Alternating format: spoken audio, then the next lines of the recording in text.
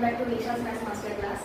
And today I am going to explain pre-upper primary scholarship examination. Marathi topic is there, Marathi subject. Marathi विषयाला मी सुरुवात करते मित्रांनो.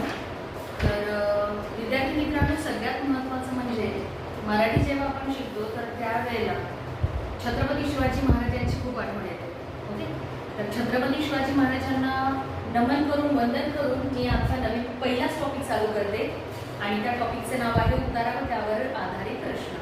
Okay, आता बघा सगळ्या मुलांना, उतारा व त्यावर आधारित प्रश्न याच्यामध्ये उतारा म्हणजे एक पॅरेग्राफ दिला जातो, म्हणजे एक परिच्छेद दिला जातो आणि त्याच्यावर आधारित प्रश्न असतात.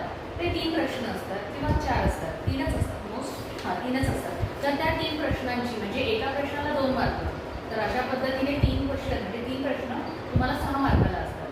तर हा जो उतारा आहे, मराठी मीडियमचे मुलं असू द्यात, सेमी इंग्लिशचे असू देत, इंग्लिश मीडियमचे असू देत किंवा हिंदी मीडियमचे असू देत, तर त्याच्यावर जेव्हा आपण उतारा दिलेला असतो तर त्या उतार्याला सगळ्यात महत्त्वाचं म्हणजे काळजीपूर्वक आणि लक्ष देऊन ऐकणं आणि वाचणं. जे आपण वाचतोय ते आपल्याला समजलं पाहिजे. ओके, तर भरपूर मुलं जेव्हा पेपर लिहित असतात, सुरू करतात, तर त्यावेळेला उतारा वाचताना थोडा मोठ्याने वाचतात. आजूबाजूच्या मुलांना डिस्टर्ब होतो, बरोबर, त्यांना व्यत्यय येतो त्यांच्या रिडिंगमध्ये. मग तुम्हाला काय करायचं, काळजीपूर्वक आणि शांततेत मनातल्या मनात वाचायचं.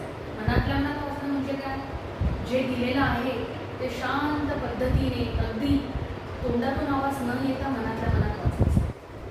ओके, म्हणजे मनातल्या मनात वाचताना आपली जी तोंडाच्या आतमध्ये ती मूव होते, ओके, तिची हालचाल होत असते आणि त्यावेळेला आपला ब्रेन म्हणजे आपला मेंदू आणि आपला कान म्हणजे आपले कान जे आहेत आणि आपले जे डोळे आहेत ते त्याच्यावर पूर्णपणे केंद्रित झालेले असतात.